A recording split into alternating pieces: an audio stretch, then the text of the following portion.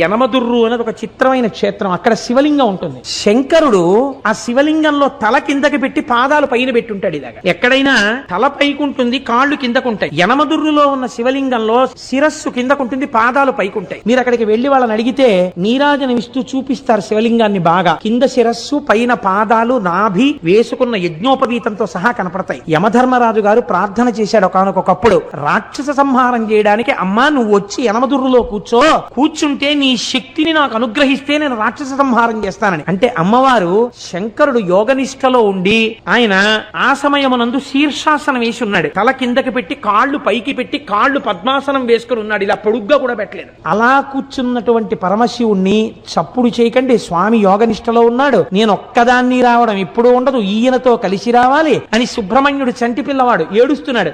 ఏడుస్తున్న సుబ్రహ్మణ్యుణ్ణి ఒళ్ళో పడుకోపెట్టుకుని స్తన్యమిస్తూ శంకరుణ్ణి ఓ చిక్కన్ లాంటి దాంట్లో పెట్టుకుని ఎత్తి పట్టుకొచ్చేసింది. ఆవిడ శక్తి స్వరూపం. ఎత్తి పట్టుకొచ్చి దేవాలయంలో పెట్టి కూర్చుంది. తానే ఒక పుష్కరిణి సృష్టించింది. అక్కడ ఆ ఎదురుగుండా ఉన్న కోనేటిలో ఉన్న నీటితోనే అన్నం వండుతారు స్వామికి మహానైవేద్యానికి. ఆ నీళ్లతో వండకుండా మీరు ఎంత గొప్ప అగ్నిహోత్రం మీద ఎంత గొప్ప మినరల్ వాటర్ తీసుకొచ్చి వండినా సరే రాత్రి వరకు వండినా బియ్యం ఉడకవట.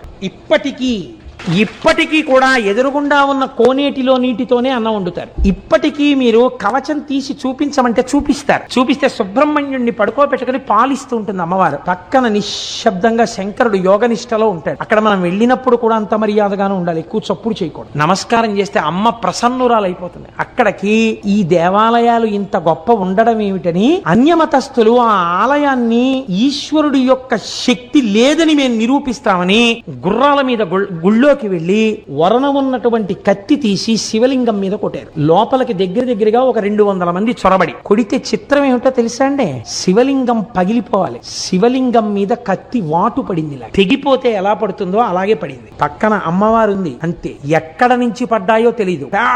పెద్ద బండరాళ్లు పడి లోపలికి వెళ్లిన 200 మంది నజ్జైపోయారు. శివలింగం అలాగే ఉంది. మీరు ఇప్పటికీ ఆ కవచం తీసి చూపిస్తే వాళ్ళని అడిగితే చూపిస్తారు, కత్తివాటు ఉంటుంది శివలింగం మీద. అమ్మవారు ఇప్పటికీ శక్తి స్వరూపిణి అయి ఆ యనమదుర్రు గ్రామంలో లోకాన్ని కాపాడుతూ ఉంటుంది. మన ఆలయాలు, మన వైభవం, మన సంస్కృతి, మన వేదం అంత గొప్పవి. మీరు ఈ మాట భీమవరం వెళ్ళినప్పుడు తప్పకుండా పక్కనే ఒక 7-8 కిలోమీటర్లు ఉంటుందంతే. ఒక్కసారి ఆ యనమదుర్రు క్షేత్రానికి వెళ్ళి చూడండి.